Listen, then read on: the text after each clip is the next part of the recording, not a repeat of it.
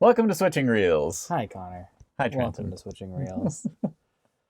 I'm going to open with, why is it that everything on the IMDb Top 250 is sad? Like, why is that the feeling that gets you onto the IMDb Top 250?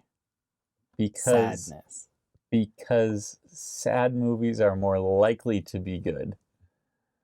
Just by the fact of them being sad? There is, I think, sadness. Oh, actually, this is a real topic. I think that there is actually a tendency for people to make sad movies better, only because I think negative emotion is easier to put into a film format than good emotion. At least to do it well. I think it takes a lot of expertise to make a happy thing feel happy that and hits not you just as hard as a sad thing to make you feel sad. Right. Well, that hits you as hard. And the other thing is, I mean, how everyone has seen happy things that are actually just ridiculously annoying. Yeah. And so, like, that's such a hard target to hit. Yeah. Whereas something that's sad, if you are conveying powerful emotion in any way negatively, it'll work. It does just work. That's so interesting. Yeah. I feel like I read a study at some point, or read about a study at some point that mentioned that our brains are just a lot better at recognizing and remembering negative feelings than they are happy ones. Because like with happy depressing. ones, I know, right? But with happy ones, there isn't anything that you have to learn from it. It's just like a nice serotonin boost, and like it can help you like build habits. Happiness can, but sad things and angry things and those kinds of things are like things you have to avoid in the future. And so your brain is like, I can remember that. I'm not doing that anymore. Oh no. Yeah. Which like you don't often hear about people that have like the opposite of depression. Mania? Yeah. Oh, okay. That's true. So there is, but like, it's not nearly as prevalent as depression is. Oh, that's true. Yeah. And so that's just, interesting. I used to have manic episodes and then they stopped happening and I was torn. Yeah. Because on one hand, it's like, well, now I'm not doing stupid things that make me feel good for a while, but also I'm like, I kind of miss feeling good for a while, you know? Oh no. I don't necessarily know that I would have found any sort of balance, which is what I'm working on now. Which is great. Yeah. Welcome to Switching Reels, where we talk about mental health. Yeah, that's that's what the purpose of our podcast is now. What did we even watch today, Trenton? We watched Paranormal. Yes, Paranormal Activity. Just kidding. We watched Parasite, the 2019 Emmy winner for Best Novel. Yeah. All right, let's start with, do you think that this deserved the Hugo Award that it won? What's a Hugo Award? Like, I'm pretty sure that, you absolutely know what that is. I have an idea, but like I don't know what else has won the Hugo Award. Dune. Okay. What else? Okay, so this is going to be weird because I don't know most of them. But this is how you lose the Time War. Okay. They made the movie out of that? No. Oh, okay. Oh. This was pretty recent. Sorry. Hugo Awards for books? Yeah. Oh. Yeah. Nice. You took me seriously. That's great. And I couldn't even get the joke. That's upsetting. Yeah. Okay, I was like, Dune. Okay, that one has a movie. I guess that has a movie. It has a part 1 to it. And I'm like, okay, cool. Also, I do think that the movie won for an adaptation award at the Hugos. I think. I don't know.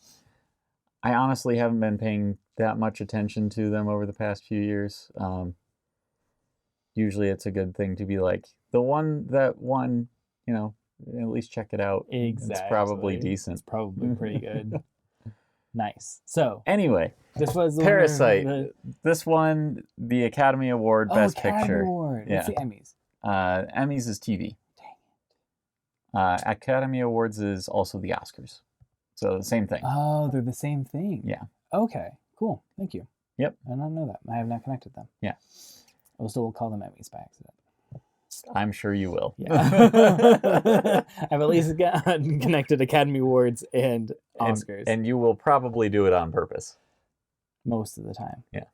But if I don't, I'm going to do my best to make it look like I did. All right. I feel like we are circling the conversation So because Parasite is weird. It's weird. It's hard to talk about. It's also dense. Yeah, it is really dense. Like, this is eating pasta as all 3 courses. This is cheesecake as all 3 courses. I'm fine with that. Pasta cheesecake. I'm not fine with that. No, me either. So, so the actual question that we can ask is, does it belong its place on the list?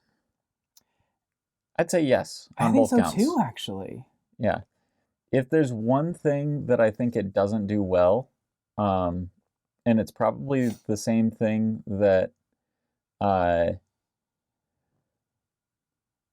that would be why I have some of the other films above this, is its emotionality. Like, I do not feel strong emotions for any of the characters in this. Yeah, I was kind of surprised watching it. And we'll go into all the different things that happened to everyone. Yeah. And when we didn't feel feelings, when we felt like we should feel feelings. Yeah. But yeah. So that would really be the only technical thing. I think otherwise this is so outstanding it still gets a 10 from me, even though I, again, feel nothing for the characters. No, so 10 enjoyment or 10 technical? 10 technical. I think I'm only going to give it 9 technical because they didn't do the emotional portrayal very well. That's fair. So, again, I would say some of the other things that it does really well, push it. Yeah, into 10. 10 isn't perfect. All of the extra credit points make up for the lost point. That makes sense. I'll go 9.5. Okay. Enjoyment though was much higher than I feel like it has any right to be for me. My enjoyment is actually considerably lower. Yeah, what's yours? I think I'm probably at a strong 7 to a light 8. Yeah. And that's a stronger 7 than the light 8. No, totally. And I was thinking still around an 8, 8.5 as well. But it still feels higher than it should be for the material. Yeah. Yeah. Oh my gosh. I feel like the moment we start talking about this, we are definitely going to run into spoilers. So yeah, absolutely. I agree. Hitting the wall a little early. First thing, before we do that, if you haven't seen this movie, I would recommend watching it, but do not go into it thinking it's a horror movie. No. That is what the promotional material led me to believe going to see this in theaters, and I had a far worse time than this time watching it. So it's suspense. That is it. It's a suspense thriller. Yeah. And I would say it's more drama than either of those. I completely agree. But it's too weird to just say it's a normal drama. It's a driller. I hardly know her. Anyway, moving on. Yeah, all right. Coming up to the spoiler wall, please like, comment, subscribe if you like what we're doing here. Yeah. And come back around. And this one, I'm just going to say before we do anything, as far as the comments, I would actually really appreciate seeing what other people thought of this, because everything I've heard about it is just people going, it was good. And it's either that or a video essay breaking down individual pieces of it. And I haven't heard a whole lot of opinions about what people actually liked or actually disliked about this. So I'm curious to hear yours. Yeah. Yeah. Absolutely. So, I would love to hear that as well. Yeah. You're about to hear ours. So all right. Oh boy. Man. Okay. I really thought that they were going to go, so the movie is called Parasite. Mm-hmm. I'm going to just do a boring technical summary real quick. Yeah, go for it. The movie follows a family who is pretty down and out. They're not finding work. There's not really very much opportunity for them. They're doing their best, pretty much. But they are struggle bus real hard. Yeah. So they are let into a family through a contact, a very affluent family, tutoring a daughter. and then from there tutoring a son, and then you follow as the entire family gets hired, and that just has such deep consequences because they aren't nice about it. But like I was wondering for a little while during this movie, like, are we going to go and play the card of, okay, which side is the parasite? Yeah. Like, is it the family that's the parasite, or is it the rich people that's the parasite? Yeah. And I think they dropped that like partway through that part. Like they kind of squashed that thing partway through for me, because you get introduced to like a third pair of parasites out of all of them. And so it's, and I would make the argument, at least, you know, in the technical meaning of the word parasite, that the affluent family is not parasitic. Yeah. I would think the better question with this is the parasite worse than the host? Yeah, totally. And I think for me, this movie is about examining the evils of malevolence and the evils of apathy, as sort of side by side sort of things. Like the family that is moving in is very malevolent in their methods, in the way that they are cutthroat. Yeah, they are cutthroat. They don't really think about it very much. Yeah, well, and they even, like, when they start thinking about it, other people in the family tell them, stop thinking about it. And then they die. It's not so about good. Yeah. I don't know if that's good. And as far as the affluent people, like, number one, they're oblivious, and number two, they're willfully apathetic. Yeah. Like, very much so. Very much so. Yeah. So that was the biggest thing that struck me watching it this time through, is I'm just like, that's really what's at the center of this, at least to me, is that sort of question, I guess. And I don't feel like it's given a really good answer. I would agree. But yeah, it's completely. The like moral character of nearly every person in this movie is, in my opinion, subpar. I'm trying to find anyone that has in my brain like positive moral character, and I think it's maybe just the driver, the original driver. He wasn't that bad. Like and maybe the daughter in the family, maybe the daughter, and maybe the son, but it's because he's young. Yeah. Like, yeah. Just if you're an adult in this movie, then you're as soon as you hit adulthood, you tank in character, and it's crazy. Yeah. Like, I feel like most of the fathers had very similar character traits, or most of the husbands had very similar character traits. Yeah. Of like being very impulsive and not exceptionally great leaders of the house. Like the poor family's father was like maliciously, like it was all, he's almost maliciously compliant. Yeah. And also, like, I only have the word wimpy. There's a better word for it. With what he was, like, the word that comes to mind is cowardly, but that doesn't sound right to me. Yeah, because it does look like not taking responsibility for your actions, and that is him. Yeah. Like, the consequences that he accepts are hide. Yeah. Well, and they even talk about it at one point where they say, if Mr. Park were to come home right now, your father would run like a cockroach. Exactly. And like, he acts like that makes him angry. And then I think the implication there is that he just kind of accepts it, like, yeah, that's a part of my character. Like, that's who I am. But you had it's that interaction where someone calls him a cockroach, and his wife calls him a cockroach, and then he acts out in anger and then retreats is a parallel of how he acts that's actually really interesting. The affluent husband is talking about, or is trying to save his son, getting him to the hospital, and looks at disdain on him and the family. Yeah. He goes, stabs the guy, and then runs again. Like he has these momentary outbursts, which very much fits with his character or the thing that he's said is his character, which is, I don't make plans because then I can't be disappointed when the plans don't go to plan, and I accept the consequences. Yeah. But he does.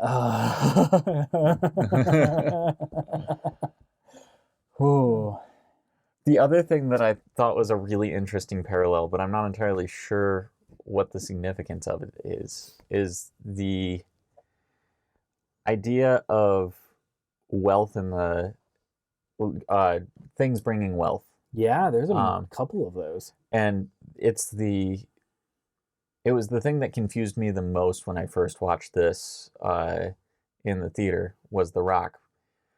But there's also there's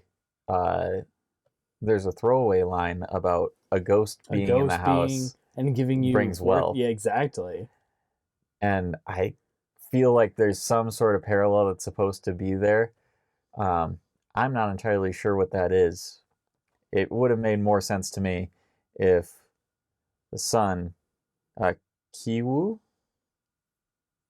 I think so. Anyway, if he had been the one that died when he was killed with the rock. Yeah. I was like, oh, that's fitting. Yeah, that would have made sense to me, but I don't necessarily know with the daughter being killed. I think the thing that they were getting at with the daughter being killed was the fact that, like, probably out of all of them, she was likely the least repentant. That's true. They mention it a little bit, like, hey, you fit in really well into this society.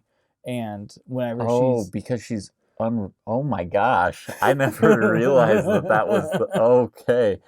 And because, like, the affluent family, like you were saying, is like apathetic, but it's not malicious apathy, but it is like they don't think about the consequences of the things that they do.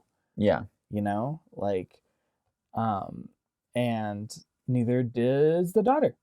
She fits in super well. Yeah, and dies with the husband.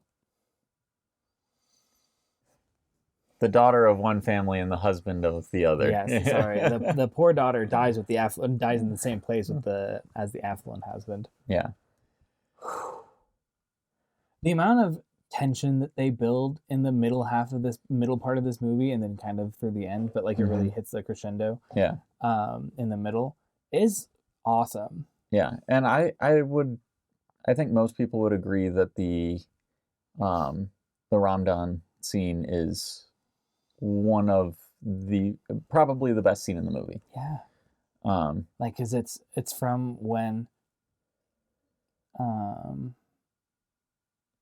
the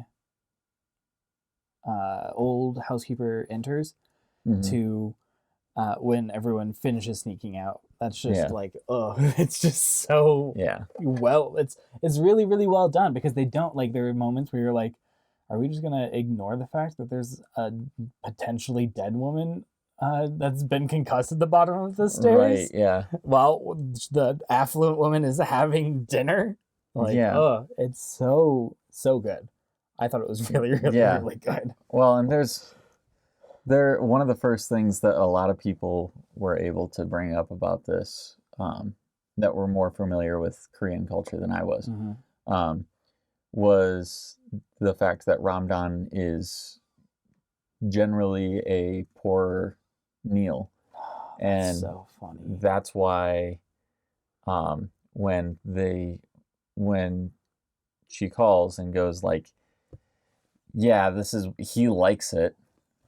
And then, do you know how to make it? Okay. Interesting. Yeah. And then she says, add the sirloin in there, because, like, you can't just serve Ramadan to your son. No. Right? That's bad parenting. It's bad parenting.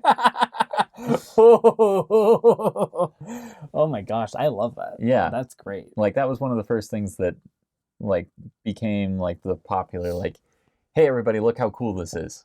It's like, yeah, it was really cool. Like, the subtle snubs Yeah. that the affluent family gives the entire time, it's just, they're just so well done. Yeah. You know, like, they feel real. They feel like now entitled rich people talking about people that have less money than them. Like, it's just, it's how it's so interesting. Yeah. And I think what's fascinating about this is how poorly it portrays both the rich and the poor. Yeah. No one gets by clean on this one. Right. Because, like, the poor people are willing to do anything for money. Yep. And the rich people are willing to pay to make any problem go away. Exactly. Literally anything. Yeah. The minor inconvenience. Right. Whew. Yeah. There's a lot to this movie, and I genuinely don't know if I can get into a lot of it because but like it's just so good. Yeah. I was trying to think about so one very minor plot point that I thought was interesting is we don't ever see the landscaper. Oh, yeah. But there has to be a landscaper for, like, everything. How perfectly manicured that yard is. And also, like, I imagine that the tree placement was intentional because, like, it's a yard full of tree after a certain point. Like, that has to all be intentional and therefore has to also be manicured to keep it at a certain point. Yeah.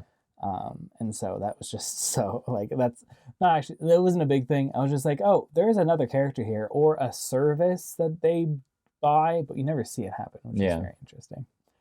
Yeah, but I just kept looking at the yard and I was like, wow. Oh, and also the rainstorm and how they used that to, like, partway through the movie. So actually, I want to touch on something before we get there. During the rainstorm, I think it's really interesting in the way that it relates to the apathy theme, that the family is sitting up in, or the poor family is sitting up in the rich family's house, drinking and having a great time, not thinking about what this rain is doing. Whoa. Yeah. They don't even think about it until they get down there. Yeah. It's contagious. There it is. Yeah. It's the house's fault. The entire point of this movie is this is a haunted house film, and I was wrong. The entire time it's like I still wouldn't call it horror, but it's a sentient horror, like, haunted house movie. This house does bad things to people. Yep, that's what it is. So, the rain in the middle of the movie is the family goes away for a little bit, and everyone is house sitting. Affluent family goes away. Poor family is house why you're sitting. Here, poor family is house sitting, and they're just going ham, doing all of the alcohols and reading all of the journals and everything. Yep, they're snorting alcohol and eating journals. Exactly. It's a fantastic feast, but it's raining outside. The family had gone away to celebrate the affluent family had gone away to celebrate their youngest son's birthday, and they were going to go camping for X amount of time. But that all comes to a crashing halt when and this is some beautiful foreshadowing as well. Like, I didn't catch it, but I can look back on it now. When the affluent family calls and says, hey, get some dinner ready for us. It was because the river flooded. Like, there's so much rain that where the campsite they were going at, everyone was packing up because there's too much water. Yeah. And then the poor family is stuck in the affluent family's house, and I don't think they could have done anything because of where they lived. Like, even if they had been at their house, there was more than just the one window that was open to go and cause them problems. Yeah, but that certainly didn't help. That sure did not help at all. And that window, dumb window. Houses in this movie just are enemies. You know, where you live is bad. Just don't live better places. Don't live in buildings that you build. Live outside. Nothing bad except for stabbings happens outside. No, the river floods and you got to pack up your tent. You would have had to do that anyway. Okay? Now you gotta pack up your tent and you can't sleep anywhere tonight. Even in the gym. Oh, that's Because that's in a building. Because that's in a building someone built. I'm gonna have to go and repair my thesis after that destruction. I appreciate it. Only sleep in public buildings. Only sleep in public buildings. Only sleep in rivers. All right. This has gotten off track. Yes, anyway, but yeah, the consequence of the rainstorm to both of them was so different. You know, like the affluent family, they're like, hey, we're letting our kid be outside in a teepee in this rainstorm and it'll be fine. You know, like there's nothing bad that happens about it. Also, the next morning we have a beautifully sunny day. There's no pollution because of all of the rain. Yeah. And it's just so nice. And they're saying this around the poor family who just had complete water damage through their entire home. Which, on one hand, they didn't know that this family was poor. No. On the other hand, they didn't care to find out. They had no care about it. Yeah. Like, well, it's their job to handle that for themselves. Right, yeah. Like, that's so interesting. Also, I don't know if this was actually related to anything you said, but I was reminded of it because another point to your theory about the poor family's daughter fitting in and all of that kind of thing, that kind of stuff. She is the only one who is not actually bringing anything to the family and may actually be harming people in the family by... That's true, by being there. Like, she isn't providing a service, like the son, who's actually tutoring when he isn't making out with the daughter. Right. And the dad, who isn't actually a driver, and the mom, who is actually a housekeeper. Like, though everyone there does a job. Yeah. With the exception of her. Interesting. Which... She's the actual parasite. She Googled how to be an art therapist. How to be an art therapist and then just riffed on it. Yeah. Which, like, if this kid has the trauma that he clearly actually does have, that's not good. No, that's bad. That means you're not taking care of this kid's issues. Development. Yeah, exactly. Like, oh my goodness. Also, there is cause to believe that she is also the one making the most money out of anyone in the family. Yeah, because she negotiates a very high salary for what she is doing, which is nothing. Yeah. See, this is a great one. Like, because the entire movie, I was trying to figure out, okay, who is the parasite? Yeah. Like, when we meet the housekeeper and the fact that she has a husband downstairs, which we haven't even touched on, because this movie is so dense. But cheesecake pasta. The old housekeeper moved her husband into the house 4 years ago when the house switched owners. He's living downstairs. Yeah. It's a completely separate husband and family than anyone else we've been talking about so far. But he's downstairs, just been living there in the dark for 4 years and going a little crazy. He is... At some point, the question is asked, like, to the audience, is he the parasite? Are you the parasite? Like, is the wife, like, are you stealing food? But no, the wife goes and says, no, I've been paying for his food this entire time out of my paycheck. Like, it's enough money for me and him. Like, it's fine. And I mean, free rent is still pretty damn good. Absolutely. Which I think she might be paying for rent. I don't know if she probably does live there. I don't know if she lives there. Like, I don't think she does. Where does the housekeeper live? Because there is implication that a housekeeper can live there 24/7. Yeah. So it's possible. It is possible. So anyway, in that case, they would have been getting free rent anyway. No, they wouldn't have. That's not a good argument. Yeah. But so he's a little parasitic, but I do think you're right. I think the daughter is the true one. Yeah. I mean, this is never directly asked to the audience, so I don't necessarily think that we need to answer who the parasite is, but if you want to think about it, I've thought about it and I've now made a conclusion, so we can move on. Excellent. Okay, so what was the significance of the rock? The significance of the rock, I want to know if there's more in Korean culture because I can only look at this from a Western view. Like I have no idea if that was actually significant. I had a teacher who, before showing us foreign films, basically was like, you have to understand, like, this was not made for you.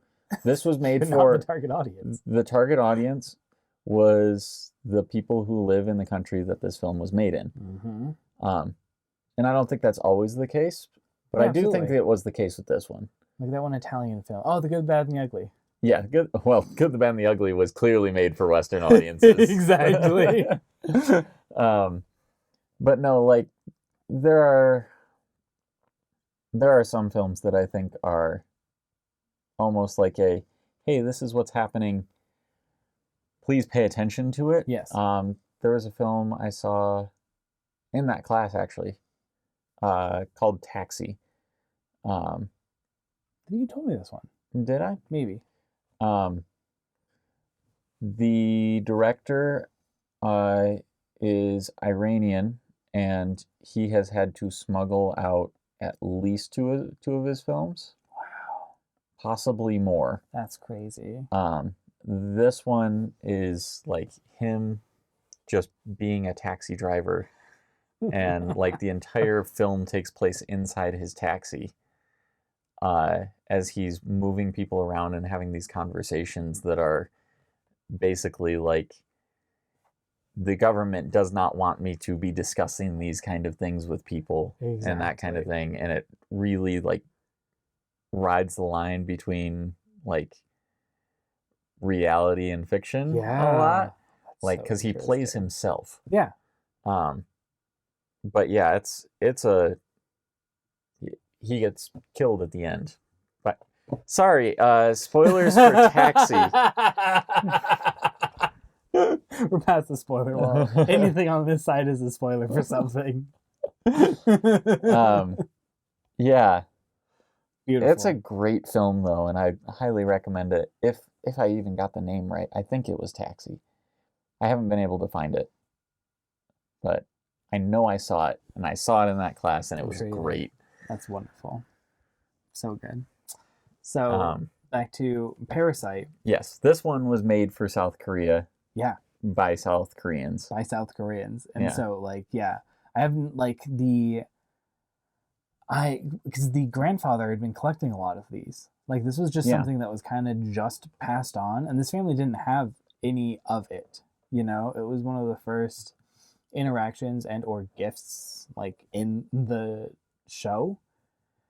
movie. Sorry. And I do think it's like the second thing that's even brought up. Yeah. I think it was after Maybe Pizza not. Boxes. No, it was after Pizza Boxes. It was after Pizza Boxes, but and then you lose it for like half the movie. It doesn't even show up again. Yeah. Until it just hangs out in the house. And during that time, they are getting more like financially prosperous. Yeah. You know, the night that they don't go back to the house is the night that everything goes to shoot. You know, you're on this side of the spoiler wall. You can say whatever you want. I know, I appreciate it. And so I feel like there's some sort of connection between, hey, this was given to me by the person that got us into this situation in some sense. Yeah. And this like symbol of prosperity, I'm going to use this symbol of prosperity to ensure that my family continues to be prosperous. Yeah. And then he drops it. Right. And gets smashed in the head with it. I suppose when he drops it, that is when everything else goes to shit. It goes so from bad. It goes from, this is kind oh of no, like... our semi-basement just got flooded, to like, we are all out of jobs and one of us is dead, one of us had to have brain surgery, and like they don't really go into what's going on with the mom, but clearly she's under some very, very heavy mental strain. Yes, absolutely. Or emotional strain. And she got slashed. Yeah. I don't think that her getting slashed was the... I think it was. Not losing a daughter or a husband or everything else bad that happened. I remembered something. Okay. Camera work in this is just great all the way across the board. Good. But by far, my favorite scene for driving home the themes that they're trying to drive home is the dog eating the sausages off of the sword that the guy was stabbed with. The squatter husband. That is such a perfect picture of the apathy. Everything. Yeah. Also, the poor family treats the dogs very badly, and the affluent family treats them too well, but I felt very bad for the dogs sometimes. The dogs were just not again, it's a whole animals don't have a choice. They don't know better. Their lifespan sucks. They don't have big enough brains to know what's going on. They're just these sweet little creatures. And not my dog. About which one? Huh? About which one? What do you mean? I just laid out 3 accusations. Oh, the last part. Oh, okay. The sweet little creatures? Yeah, she's not a sweet little creature. I think it's a sweet little creature. Have you heard what she says? No, not very often. Oh, it's cruel. It's vulgar. Yeah. That makes sense, actually. Does she get better or worse with Laramie? More dismissive with Laramie. There you go. But the things she says to my wife are very mean. I can only imagine. We'll need to go and get some pictures up of Wicket. Yeah. And her quotes for the day. Absolutely. Good. Love it. But no, I completely agree. Yeah, no, that was just a beautiful, it was the conclusion, this was in a thesis paper. Yeah. That shot of the dog eating the sausages off of the man that's been impaled. Yeah. is that's the message. Yeah. That's what it is. That's one half of the message. Yeah. The other thing that I found interesting was the very end of this film. Because when I saw it in theaters, I remember thinking, this feels like just kind of an epilogue and not one that we needed. Looking at it now, I'm seeing it more from the perspective of this is almost how the apathy is created. Yeah. It starts here, and then it goes to what the mom was talking about with the money ironing everything out. Yep. Until you've reached the point where you have been so dedicated to this path and everything else has been ironed out that you no longer even remember where you started. Yeah. Ship Odysseus, but on steroids. Theseus. Theseus? Yeah. Ship Theseus, but on steroids. The ship of Odysseus is everyone dies except for you. And also the ship dies. Sounds right. So yeah, I think that would be at least my guess as to why that epilogue is there. I also it's an open. It's a plan, which is the exact opposite of what his dad has talked about. It's a bookend. Because the son, when he's talking about the letter that his sister has now forged for him to get this job, and how it's not actually a crime, this is just him printing it a little bit early. Yeah. He makes those kinds of empty promises. That's part of his character, is slightly empty promises. I think that this is one of his slightly empty promises to his dad. This is the promise he made to his friend when he got the job. Yes. It's the promise he made about going to university. Mm-hmm. We could do a little bit the promise that he made to go and solve everything. But that's a loose one. Oh, yeah.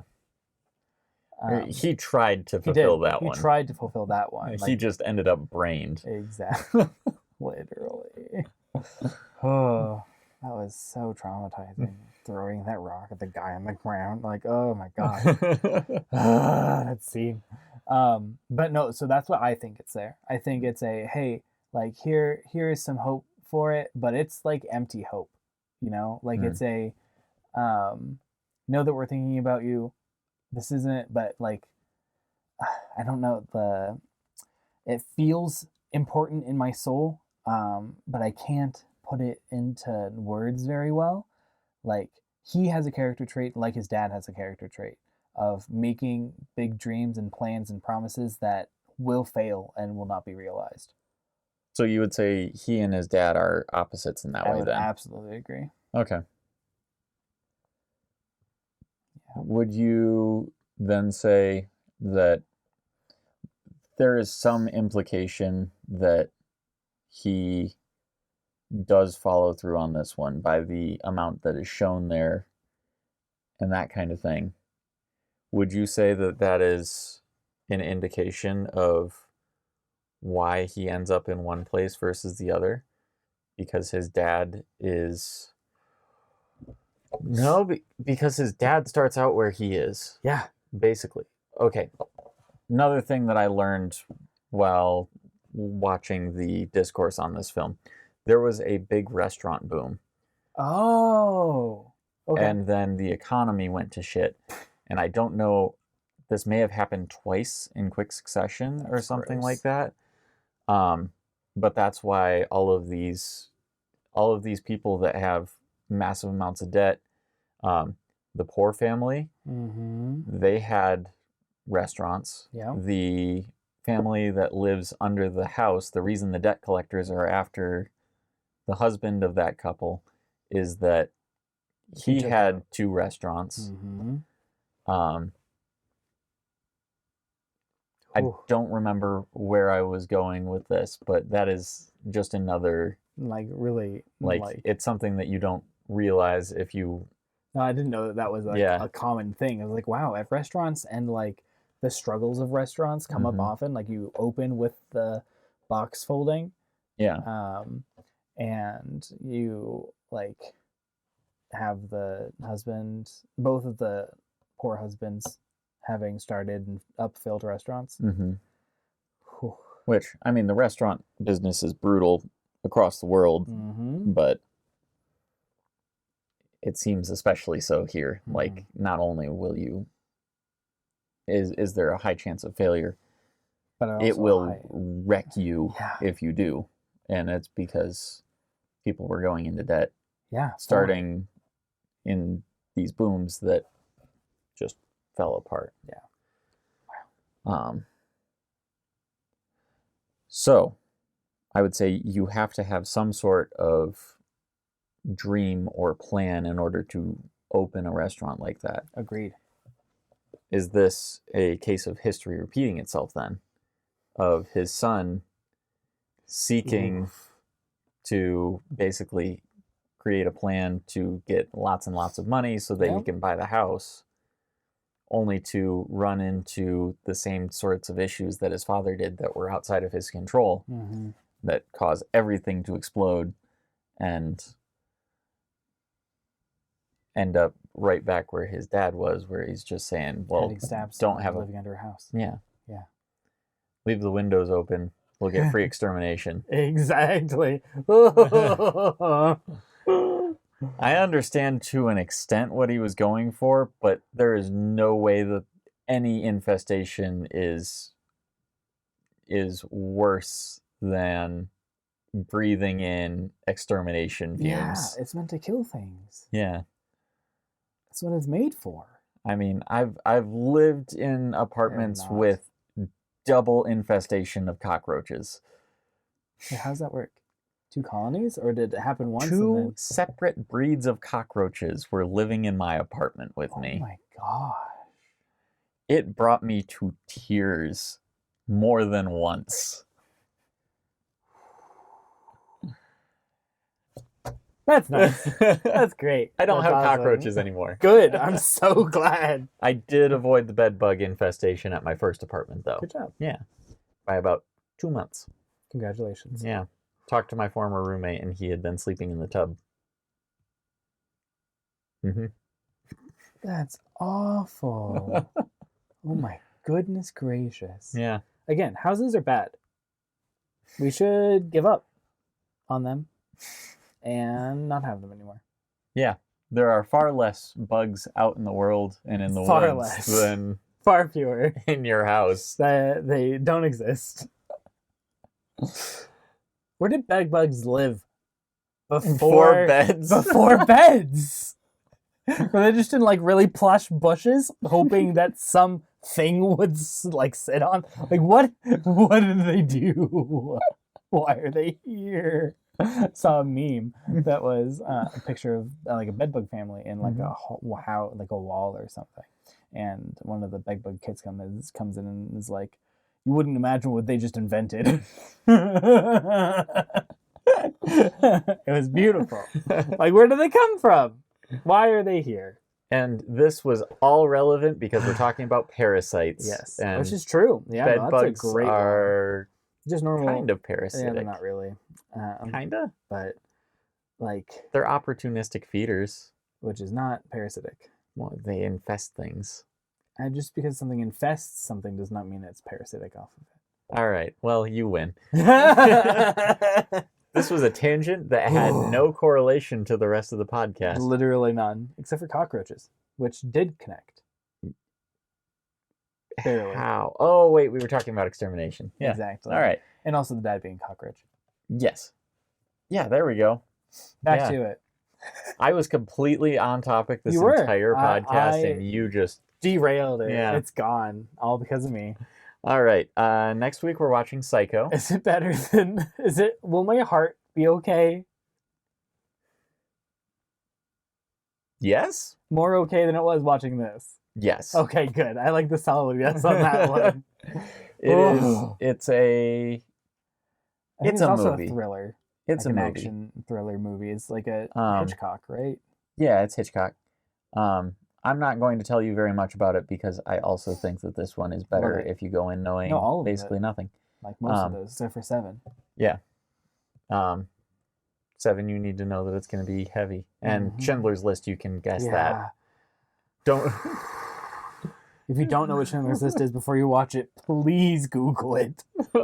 So that you don't just like fall apart for the rest of your life. But yeah, this will end the P trilogy. Yeah, next week will be the end of the P trilogy. The P trilogy being The Pianist, Parasite, and Psycho. Psycho. It was spelled with a P at the front. Most psychos are. Most of them. Like, even if you say psych, that still has a P at the front. No. Yeah. Not the way I say it. Interesting, Connor. Like if you get psyched for something, nope, that's still, I think, a PH. Mm-hmm. But if you get sicked on something. Like a dog? Yeah. Like you are the dog? Yeah, you are. Yeah. Cool. I think that the sick dog is psyched, so. Okay, I don't care how we end this, but we need to. Connor, how do we end this?